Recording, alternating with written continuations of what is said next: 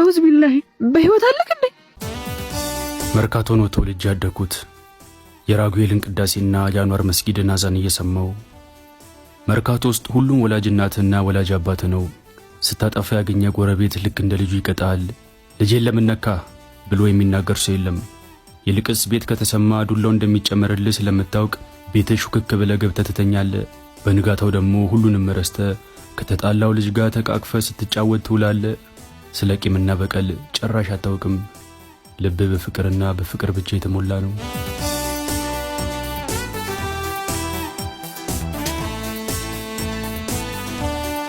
ከካሊድ ጋር አብሮ አደጎች ነን። ቤታችን ጎን ለጎን ነው። ከልጅነታችን ጀምሮ ተለያይተን አናውቅም። ለሚያየን ሁሉ ወንድማማቾች እንጂ ጓደኛሞች አንመስልም። እኔ ባለሁበት ሁሉ ካሊድ አለ፣ ካሊድ ባለበት ሁሉ እኔ አለው። ከካሊድ ጋር ያላየነው ህይወት ምን አለ? ከልጅነት እስከ ጉርምስና፣ ሰፈር ውስጥ ድድ ከማስጣት እስከ መርካቶ ሽቀላ፣ ከደጃዝማች ገነሜ እስከ አዲስ ከተማ ትምህርት ቤት ብዙ የሚነገርና የማይነገር ህይወት አይተናል።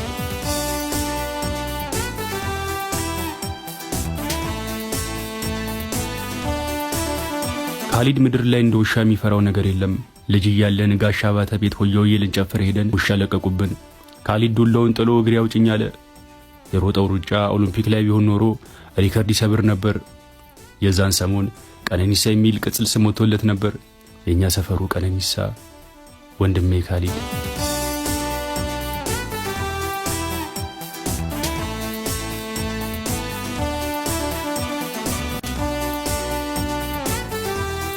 አስራ አንደኛ ክፍል እያለን ሜላት ከምትባል የሰፈራችን ኮስታራ ልጅ ጋር ፍቅር ያዘኝ። መፍሰዝና መተከዝ አበዛው። ተክዤ በተቀመጥኩበት ካሊድ መጣና ለስንት ነገር ማስበ ልጅ ፍቅር እንደዚያ ፍዟ ደንግዞ ያስቀር አለኝ። መልስ ሳልሰጠው ዝም አልኩት። እኔ ምልህ ግን ለምን ደፍራት ነግራትም ወይ እሺ ወይም ቢኮ ነው የምትል ሌላ ምንም አይመጣም አለኝ። ማድረግ እንደማውራት ቀላል መሰለህ አይደል አልኩት። እያወራን እያለ ድንገት ሜላት መጣች። እንደውም ይኸው ራሷ መጣች። አንተ ማትነግራት ከሆነ እኔ እነግራታለሁ አለኝ። የተንሸኳሸኩ ኧረ ተው ይቅርብ፣ ልጅቷ እንኳን የፍቅር ጥያቄ ተጠይቃ አይደለም እንዲሁ ዝም ብሎ ሊያወራት የሚሞክረውን ሁሉ በጥፊ ብላ ነው የምትመልሰው አልኩት። ይህን ያልማ አትንበጫበጭ ብሎ ተነሳና ወደ ሜላት ሄዶ ሜላት እንዴት ነሽ ብሎ እጁን ገና እንደዘረጋ በጥፊ ደረገመችው። ካሊድ ጉንጩን እያሻሸ ወደ እኔ መጣና ሰላም ማለቱ ይቅር ጥፊውን ምን አመጣው አለኝ። ግራን ለመታ ቀኝን ስጥ አይደል እንደሚለው ለምን ቀኝ ጉንጬን አልጨመርክላትም ብዬ ሆዴ እስኪቆስል ሳኩበት።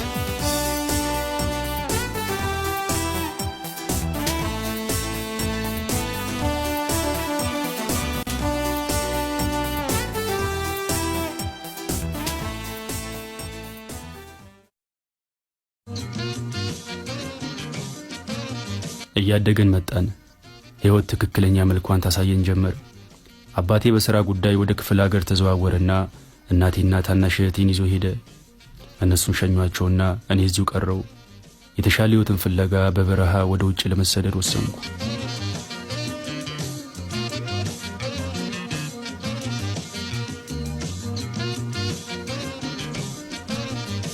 ውሳኔ ለካሊድ ነገርኩት። ካሊዶ በቃ እኔ ልሄድ ወስኛለሁ። አባቴ ጉልበቱ እየደከመ ነው። እናቴም እመቤት ናት። ቤዛም ገና ተማሪ ናት። ከኔ ውጭ ማንም የላችሁም። ከመቼ ጀምሮ ነው አንተ ካለኔ ውሳኔ መወሰን የጀመርከው ብሎ የለበስኩትን ልብስ ጨምድዶ ያዘው። አይኑን ማየት ከብዶኝ መሬቱን እያየው ሕይወት አንዳንዴ ብቻን እንድትቆም ታስገድዳለች ወንድሜ። ጥርስን ነክሰ ጠንከረ ካልቆምክ ደግሞ ምናልባትም ሁለተኛ እድል አታገኝ ይሆናል አልኩት። አብሬ ሄዳለሁ አለኝ። በፍጹም አንተ እዚህም ሆነ ሕይወትን ማሻሻል ትችላለህ። ራስን ወደ እሳት የምጨምርበት ምንም ምክንያት የለም።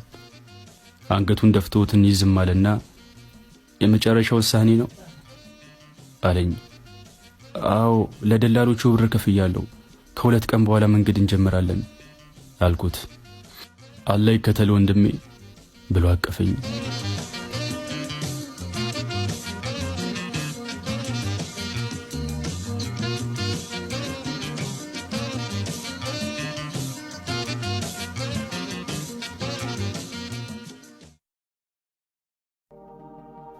ከ2 ዓመት በኋላ ከስደት ተመለስኩ።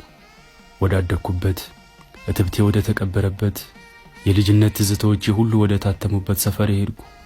የነ ካሊድ ቤት ትቼው እንደሄድኩት ጠበቀኝ። ለተወሰኑ ደቂቃዎች ፈዝዤ ቤቱን እያየሁ ቆምኩ። የልጅነት መልኬ በፈገግታ እና ሲለኝ ታየኝ። ሻንጤን እንደያዝኩ ወደ በሩ ተጠጋው። በሩ ጋር ደረስኩና አንኳኳው። የካሊድ እህት ሃናን ከፈተችልኝና አቤት አለችኝ። ያደረኩትን ኮፍያ ወለኩትና ፈገግ ብዬ ሃናን እንዴት ነሽ አልኳት። ትንሽ አየችኝና በድንጋጤ እዮብ አውዝ ቢላሂ በህይወት አለክ እንዴ? ካሊድ እዮብ መጥቷል በላ የጮች ወደ ውስጥ ገባች። ካሊድ ምንድነው እያለ ከቤት እየተዋከበ ወጣ። በደነገጠ አይን አየኝ። በናፈቀ አይን አየሁት። ወደ እኔ በዝግታ ተጠጋ። ፈገግ ባለ ፊት አረሳኝም አይደል አልኩት። እንባ ባቀረረ አይን እዮብ የሞትክ መስሎኝ ነበር እኮ 2 ዓመት ሙሉ የጠፍተ ነው አለኝ። ታሪኩ ረጅም ነው። አታቅፈኝም አሁን አልኩት። ጭምቅ አድርጎ አቀፈኝ። ተቃቀፍን።